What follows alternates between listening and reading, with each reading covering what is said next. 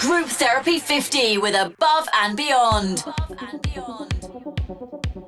So welcome back to our interview space here at Alexandra Palace, and we're joined by one of my personal and I know all of our favorite artists. Arty, how are you, mate? Hi, man. I'm pretty good. How are you? Very, very excited and very happy to have you here. How's your year been so far, and what's coming ahead in the near future? This year was pretty great for me. I was lucky to release the two singles, Together and Grand Finale. I had a lot of shows around the world. I enjoyed that.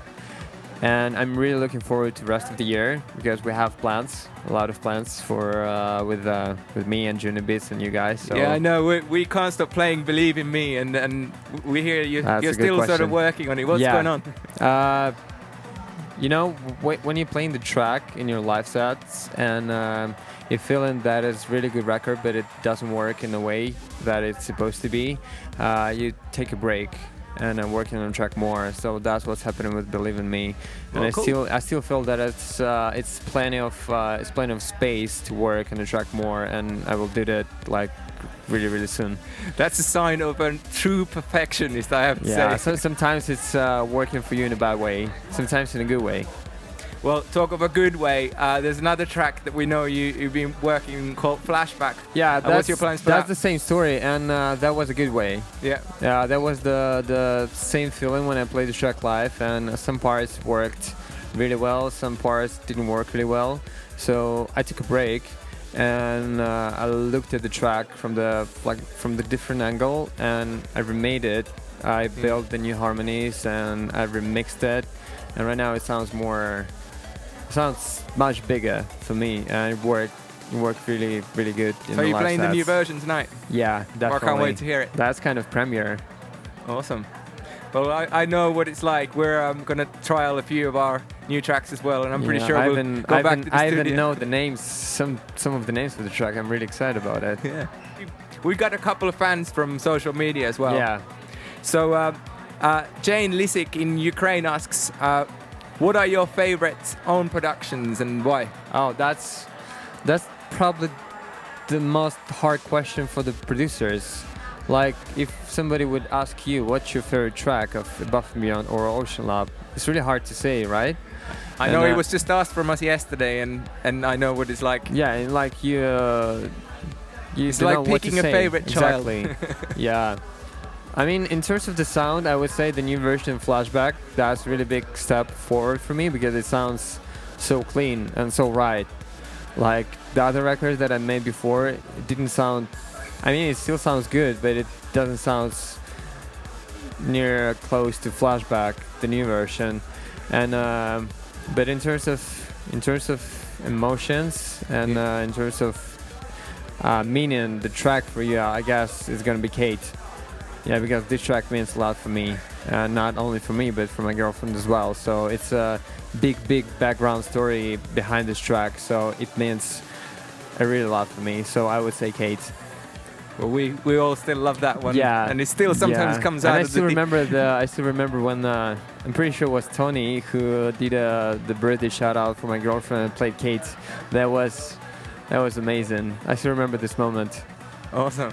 So Saina Daily asks on Twitter if you have any collabs in the works, and if we're going to see another track with Matzo by any chance. Well, we have pretty big history with Matzo. We did a lot of things together, and I'm really big fan of his massive talent. I think he's one of the most talented guys in the electronic scene right now. I agree.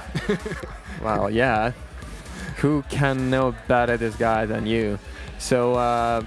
Yeah, we were with Matt in studio in May in LA, his place, and we worked on some things. And right now I have a cool idea that I just sent to Matt, and he really liked it. It's gonna be a little bit different.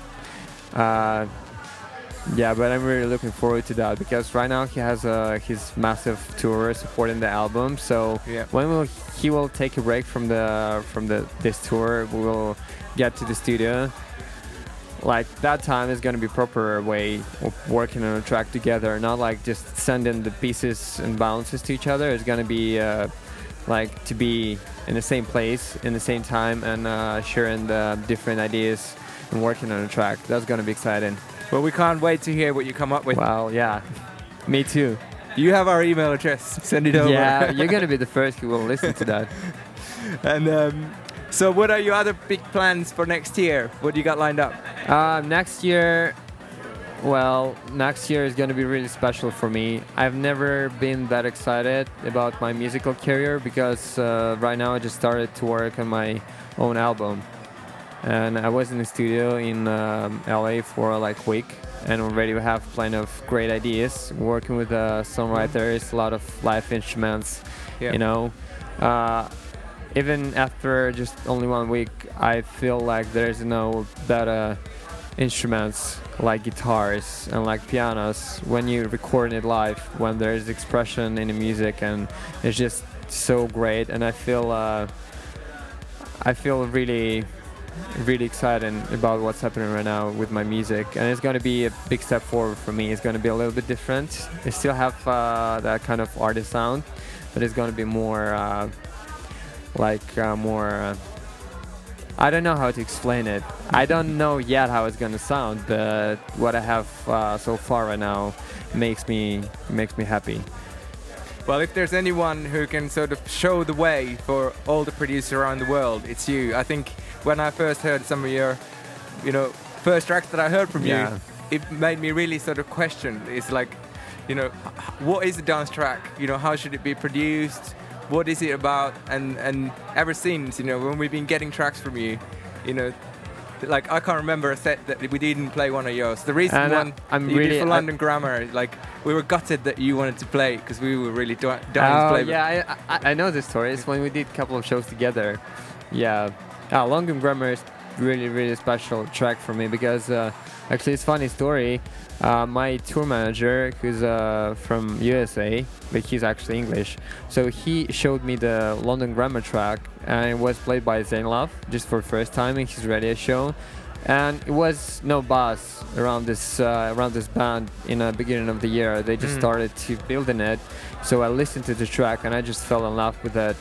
I mean, this record, Hey Now, and it was like, yeah, I feel like I can do like proper electronic version, like proper dance version, not making this kind of bangers that are so popular this year, but to keep it really cool and keep it really progressive. So I did it just for myself. I did it for like in 3 days, that's all. And after you picked it up, and some other producers really liked that, and I got really good responses, so I'm pretty happy with the track. It's sometimes it's good to get back to your kind of old sound. So is the London Grammar remix a bit of an indication of where you're sonically heading in the near future? Not really. I would say that it's more a step back than a step forward, because it's not really a step back. I mean, not in the meaning of when you're doing the step back, it's a bad thing. I mean, it's a step to some sort of old sound.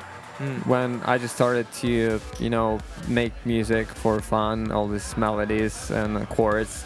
So this blocky sound, more kind of from 2009, 2010. That's what I think this track sounds a little bit more newer, more fresh, like with a new sound of mine. But it's still a pretty old school track. We love it. Thanks. I mean, I can't say thanks enough for your support. I remember it was like played 3-4 times in group therapy show. Yeah. Well, we can't even imagine doing one without you. It seems. That's amazing. And thank you so much. And really, like, we were looking at what we're gonna play tonight, and I looked at our sets from the last sort of year and a half, and I was struggling to find a set that didn't have one of your tracks or remixes in. And quite often not just one but 2 or 3, and I think that's a sign of not only a good talented producer, but someone who can consistently keep it coming, and I think we've always been looking for people like that, and you're one of them. That's a sign of good relations and good friendship. That was Unjunibeats for me. Keep it coming. Amazing. We're happy to have you as part of the Unjuna family. That's my pleasure, and I'm happy to be part of it.